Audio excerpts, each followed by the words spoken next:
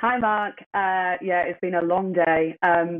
This was the big one. The first leg of the documentary, which came out last week, was a total snooze fest. It reiterated everything we knew. It saw them make the same accusations without naming anybody, like we saw in the famous Oprah interview, like we've seen 100 times by now. Well, this second half was the bombshell that we were promised. There were clear villains and heroes. Prince William was by far the one that they really wanted to portray as the bad guy. We see Harry singling out Prince William for a lot of the blame throughout. We're told about institutionalized gaslighting. We're told about what Beyonce thinks about it all, and it's framed and portrayed as the ultimate love story. Yeah, I mean, this is the problem, isn't it? I think what I find most unedifying and saddest about this documentary series is what it's going to do to the relationship between the two brothers. Lots of us have problems with our dad, our granddad, that sort of thing. But it's just the two of them. They've got each other. They lost their mother, and now they've lost each other. Yeah, there is no going back from this. We're told that Megxit happened because somebody from William's press team leaked Harry's private plans. Williams blames totally for that. When Megxit was announced, William apparently screamed at Harry at the crisis meeting at Sandringham, which was also nicknamed the Sandringham Summit. Harry called it terrifying. William then put out a joint statement from the brothers without supposedly consulting Harry first. But William isn't the only one that is kind of villainized in the whole thing.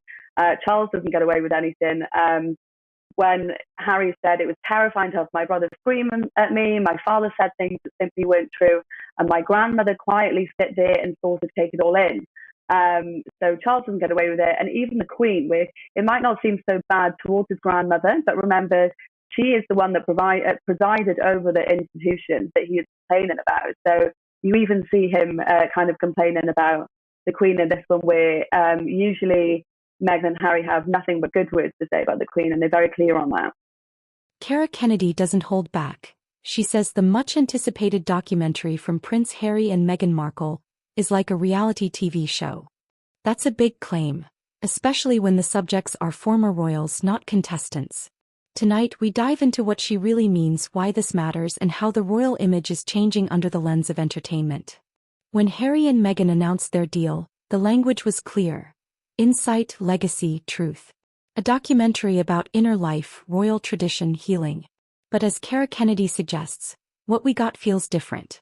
Instead of a deep dive, it's full of cutaways, dramatic reveals, intimate confessions, just like the reality shows they claim to move away from. And that shift matters, because when your brand is royalty, sliding into reality TV sends a clear signal. You're no longer in the palace, you're on camera. Let's break it down. Kennedy pointed to the style. Confessional camera angles, staged moments, personal drama played out for the public. That's Hallmark reality TV. She argues the documentary stops being about royal duty and becomes about spectacle. And when spectacle replaces service, the risk is enormous. Because royalty isn't supposed to perform, it's supposed to represent. Cara Kennedy fears the distinction has been lost, and that Harry and Meghan's project is more celebrity production than historical record. Now this isn't just commentary, there's consequence.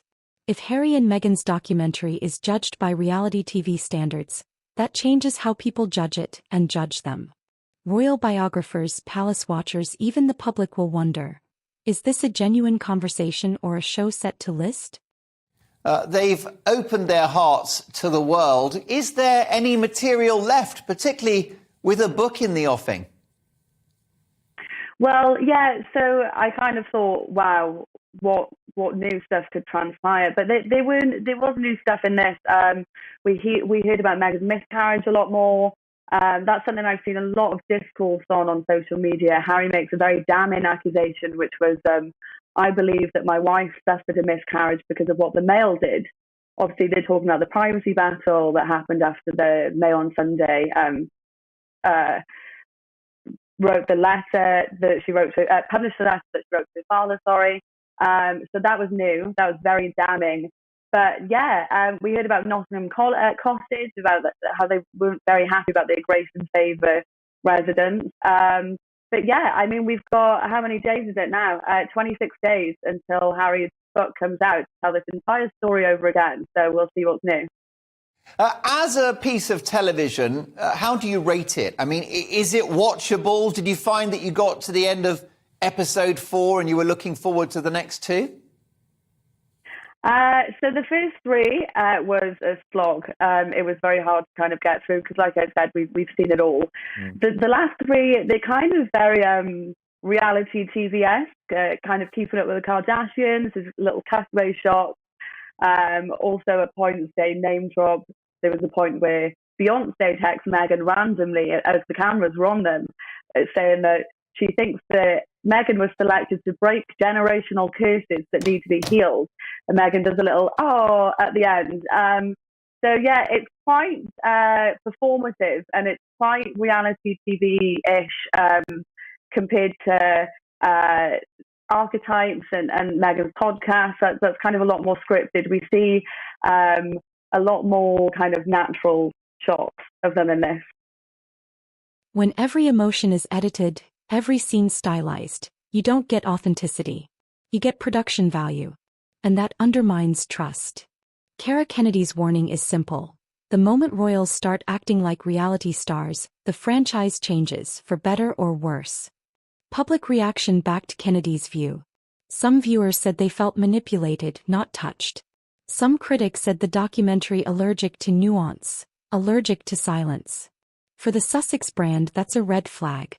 The shift from dignity to drama might boost clicks, but not credibility. When your identity is royal, and you choose to appear in a format that screams reality show, you risk trading legacy for likes. So what comes next? If the documentary was Chapter 1, what's Chapter 2 going to be? A scripted series? A lifestyle show? A brand collab? Kara Kennedy suggests the path they're on may consume them, turning once serious ranks into entertainment. And for royals, entertainment rarely equals respect. The key question: will Harry and Meghan choose substance over spectacle, or double down on the glitz and the show? Kara Kennedy's blunt verdict hits hard. The documentary might have given us numbers, but at what cost? When royalty meets reality TV, the crown wears differently. What do you think? Was the Harry and Meghan documentary a genuine insight, or just a reality show in royal costume? Let me know down below. Subscribe for more raw royal commentary, fearless breakdowns, and the stories behind the camera, because the truth deserves more than edits.